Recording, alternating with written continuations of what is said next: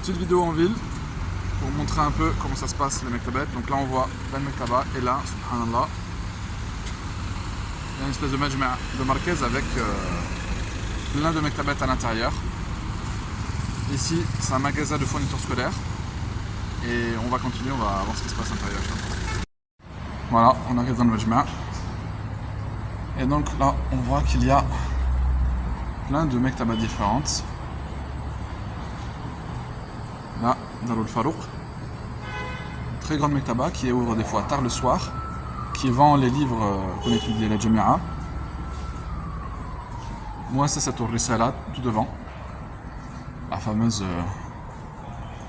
moi c'est ça, la fameuse maison d'édition qui a peut-être des centaines et des centaines de livres différents. Ça fait petit comme ça. Mais en réalité, ça continue ici aussi. Ça continue ici. Moi, ça tourne ça là. Il y a un étage en dessous. Là, on descend. Avec tous les livres. Et là, on voit une grande maison d'édition aussi qui s'appelle Darul Nour Mubin, qui ont énormément de livres, masha'Allah. Beaucoup d'ouvrages, beaucoup de... Tout ça, ce ne sont que leurs éditions. Masha'Allah. Énormément de livres. Donc voilà. Aussi, il y a cette mektaba là, qui vend énormément de livres, masha'Allah.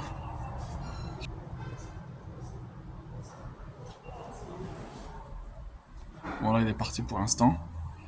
Et là, il y a tout le côté des livres en provenance de l'Inde et du Pakistan. Ici, Maktabat Al-Rayahin, connus, mashallah, qui ont des très bons livres, qui éditent aussi, très bonnes choses chez eux, qui viennent de plein de makatib différentes, hein. Mais mashallah. Et voilà, donc après avoir fait un petit tour au Maktabet, je voulais vous présenter un petit peu quelques-uns des ouvrages que j'ai pu acheter, alhamdoulilah. Donc certains que je cherchais depuis assez longtemps, d'autres que j'ai découvert aujourd'hui. Donc ça c'est un des ouvrages qui est en 2 volumes, qui a été écrit par un shir Hanafi ici, en Jordanie, qui habite à Amman, et qui parle, comme son nom l'indique, de tous les livres qui ont été utilisés par l'imam Ibn Abidin rahimahullah dans sa hashia.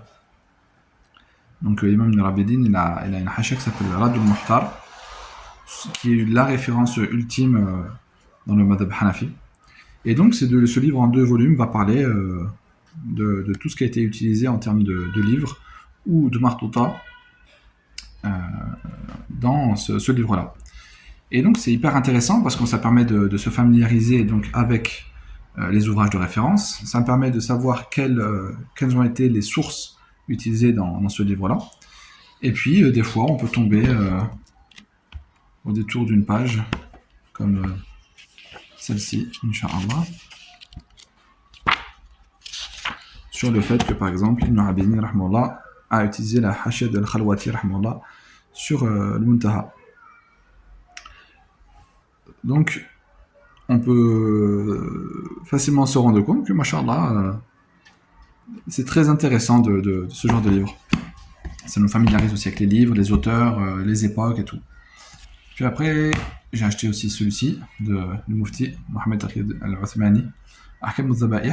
Je pense que c'est un vieux livre, hein, comme vous pouvez le voir. Les livres qui sortent du Pakistan et de l'Inde, malheureusement, ne sont pas toujours en qualité exceptionnelle, mais bon. Mais je pense que c'est un sujet plus que contemporain, même si le livre est un peu ancien.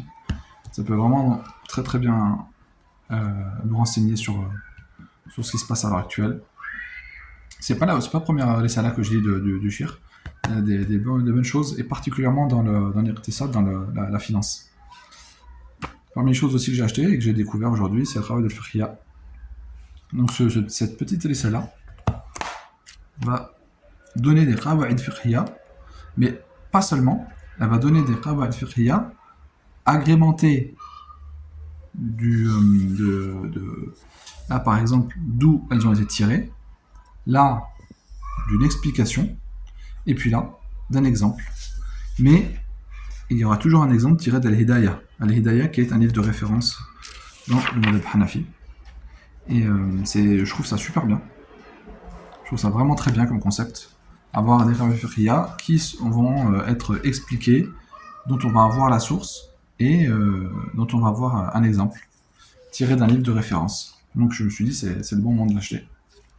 Ça c'est un livre qui s'appelle Irtif Bayn al-Imma de Mohammed Zakir Dahlawi rahmallah, comme son nom l'indique, qui va parler des divergences entre les imams. J'aime bien ce genre de livre. C'est toujours intéressant à lire et à connaître. Des fois c'est un peu redondant. Là je ne sais pas, vous voyez, j'ai acheté, j'ai toujours pas ouvert, il est tout neuf. Et je viens juste de l'acheter. J'avais auparavant lu certains livres comme le livre d'Abdullah Turki. J'avais aussi eu l'occasion de lire le livre Insaf de Waliullah Dahlawi. Parce que tous ces livres-là sont intéressants, chacun apporte une petite précision en plus ou des petites choses, c'est vraiment toujours intéressant à lire. Alors bien sûr, comme je vous disais, c'est un peu redondant des fois, mais bon. Là, j'espère que ça peut être bien, Inch'Allah. Parce que le shir est vraiment calé non seulement dans le madhab Hanafi, mais aussi dans tous les madhahib, comme son fameux livre qui s'appelle Awjaz al-Masalik, le charh de Muwatta de l'imam Malik, peut le prouver.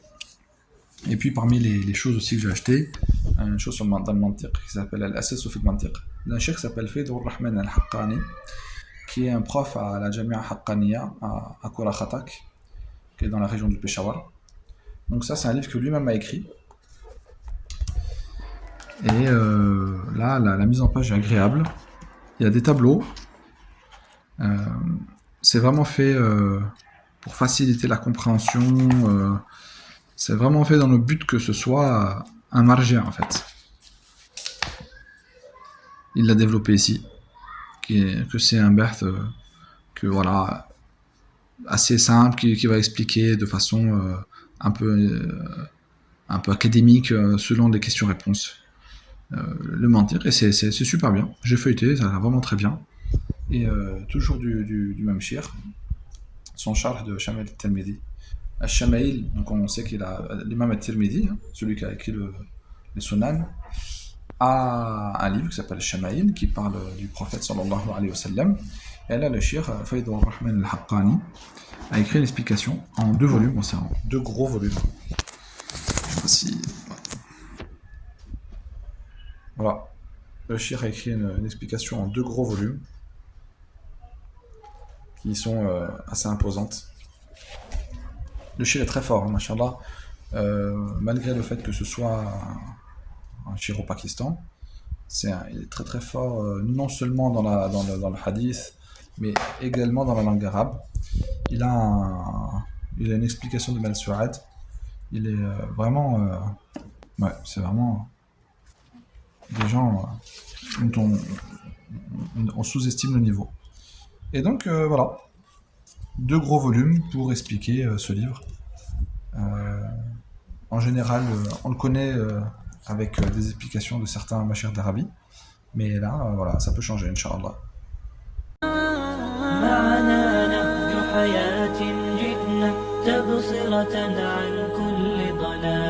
أعددنا بضع رسالات تحمل نورا للأجيال معنا نهج حياة جئنا تبصرة عن كل ضلال أعددنا بضع رسالات تحمل نورا للأجيال